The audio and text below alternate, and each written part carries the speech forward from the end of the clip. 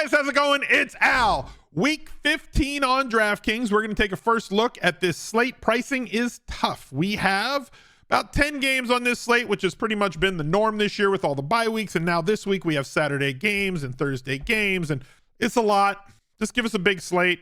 We're down to these 10 game slates all the time, but I can't complain. I've had a good season. We're going to build an NFL DFS tournament lineup based around a double stack and a bring back. We're going to try and correlate through a secondary stack and see what we can take advantage of. There are 7 games early. There are 3 games late, and the highest totals are later on this slate. So it does look like it might be a PMR type week. Now, I do want to let you know I'm going to be in Arizona this weekend for the DraftKings Live Final, trying to win $2.5 million against 199 other participants. So the schedule is going to be a little bit different. There's going to be no lineup builder this week. There's going to be no 5 under 5 video this week, and I still have my cough. So what's going to happen is 5 under 5 is going to be posted in Discord on Saturday, just like we did last year when I was in New Orleans for the Live Final. And the cheat sheet will still come out on Friday. So make sure you join the Discord, smizzle.tv/Discord. You can become a server subscriber right in there, $5 a month, and you get access to the cheat sheet and all of the VIP rooms to try and get better every day with all the members of our community. If you want to become a channel member here on YouTube, you will get the same permissions as a Discord server subscriber. You just have to go through the rigmarole in the instructions folder in Discord of linking your 2 accounts, which has proved difficult for more than a few people. You can do that through smizzle.tv/join if you are more comfortable subbing here on YouTube. But thank you guys for being here. Drop a like on the video, subscribe to the channel, ring the notifications bell, and let's go. He's a legend. The Week 15 Smizz Gang Listener League is going to be up. You got to go to smizzle.tv/league. If you wanted to join it, it's going to be $10 center and 3 max, just like every single week, and absolutely no rake. Here are the top 10 finishers from last week. Congratulations to all of them.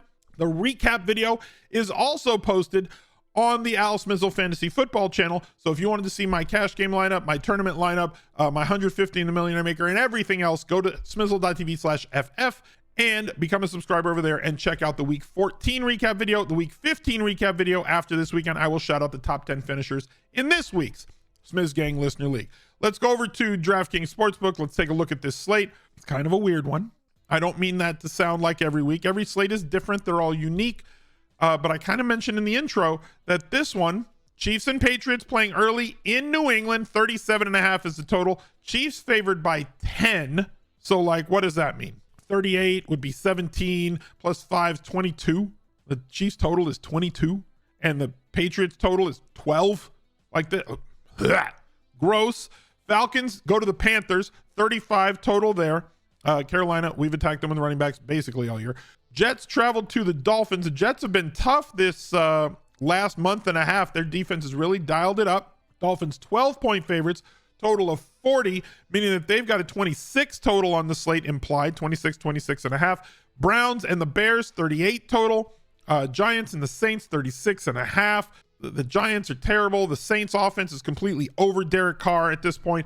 Buccaneers and the Packers, 42.5. Probably the most palatable early game on the slate. The highest totaled early game on the slate. The most closely contested one.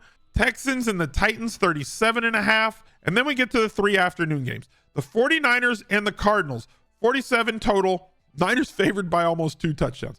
Commanders and the Rams. Rams almost a touchdown favorite, 48.5. Cowboys and the Bills, 48.5 in this one. Closely, hotly contested in Buffalo with the weather not in the Jerry Dome. Be interested to see where everybody ends up, but it kind of feels like a PMR type day. Let's take a look at the pricing, which I kind of highlighted earlier, and where we could possibly go with it. So looking at the most expensive quarterbacks, Josh Allen, 8,200. People are not happy with Josh Allen.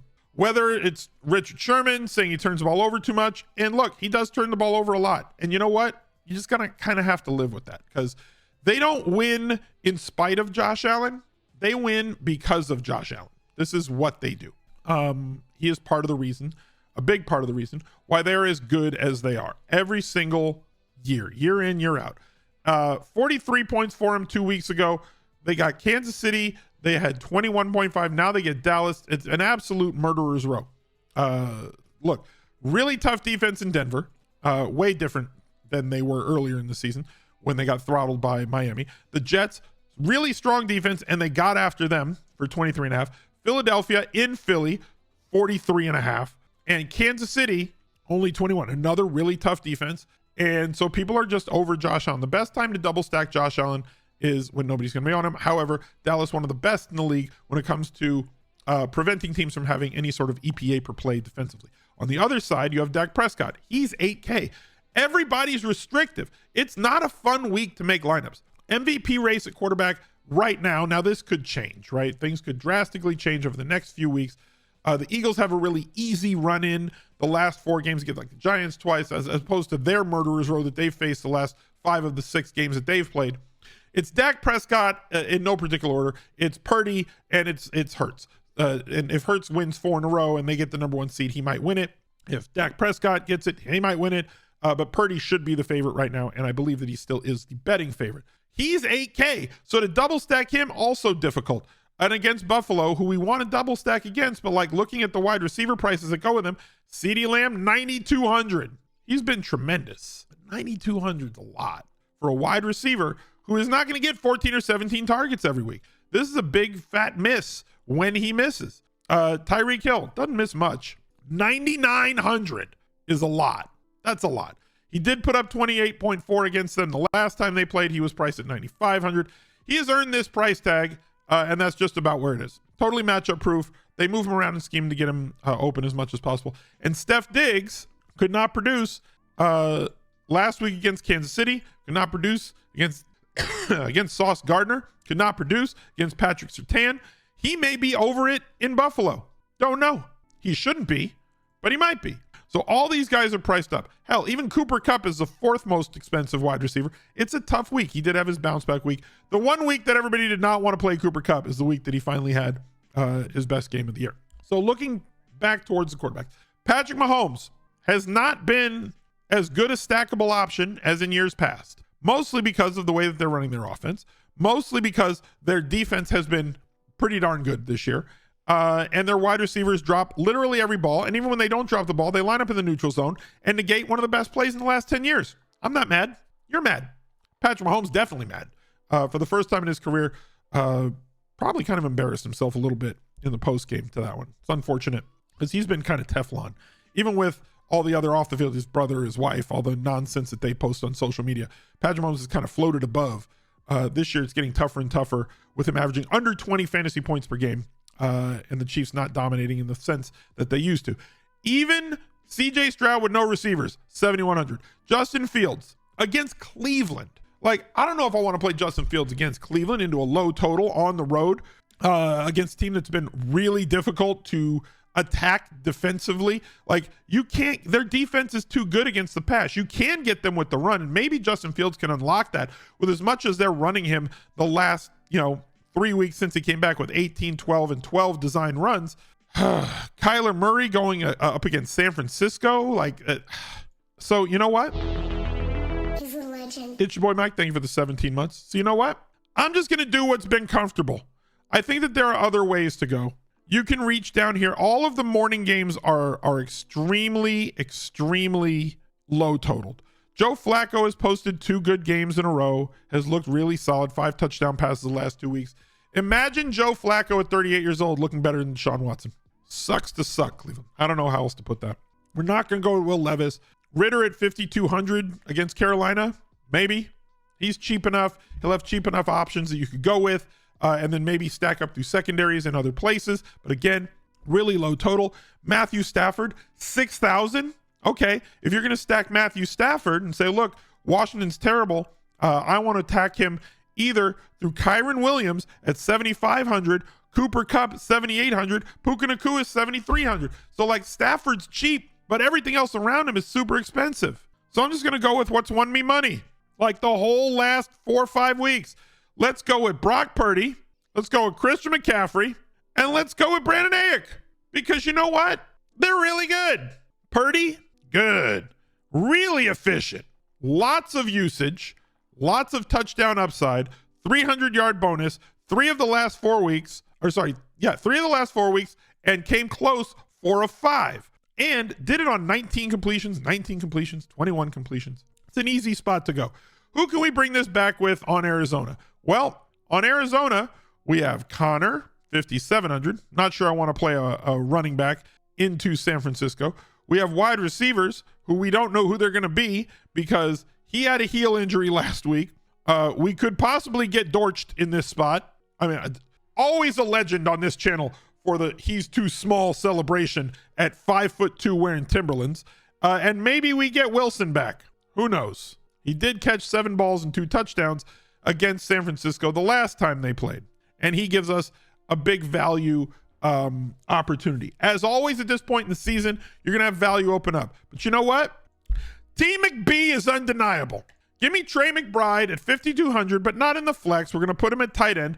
And with this premium stack, I'm going to see if I can build the rest of a lineup. So we talked about running backs who are in good spots. The green light on DraftKings sends a lot of people. It does. Arizona, definite green light. We want to attack them every single week. But we also have Bijan Robinson going up against Carolina. And for some reason, obviously, early in the year, we got kind of jerked around by Arthur Smith a lot. Wasn't using Bijan in goal-to-go situations. Wasn't using him around the goal line. Wasn't using him nearly enough. We need 20 to 25 opportunities for Bijan Robinson in this Atlanta running offense to actually realize his 25 to 35 point upside. The last few weeks, 17 against Tampa Bay. In a game without Vita Vea, I thought that they were going to run the hell out of the ball. Against the Jets, another really strong defense, specifically against the run. We avoided him that week against New Orleans. 6 targets, 16 carries, 23 opportunities here, 24 opportunities here. We're finally getting to that place where Bijan Robinson is getting the usage we want. And he's favored, albeit on the road, against Carolina, who is who we want to go with or go at with opposing running backs. We're going to have to find some value. Let's plug in a cheap defense just to start. We'll go with the Patriots just to see where we're at. We're not plugging Davis into that lineup, leaving us with 4,100 left to go. So we need value at wide receiver. And how are we going to get there? So I want to find somebody on the other side that we can get at. And I think that we're going to do it through Carolina, looking for a little bit of value. We mentioned how expensive the wide receivers are at the top, but Jonathan Mingo, Mr. Ejector Feet, had another 9 targets last week. That's 25 targets the last 3 games. He did not do much with them.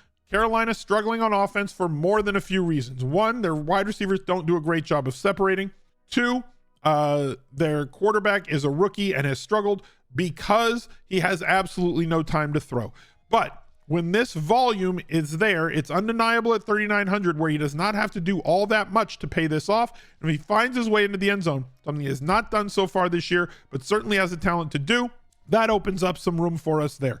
Another player from a high totaled game, looking at the Rams and Washington, Curtis Samuel has been the #1 targeted option, though it is a high floor to ceiling option, right? He can fail. He has a few times at 4,600, but his ceiling is undeniable if it turns into one of those weeks where this game shoots out.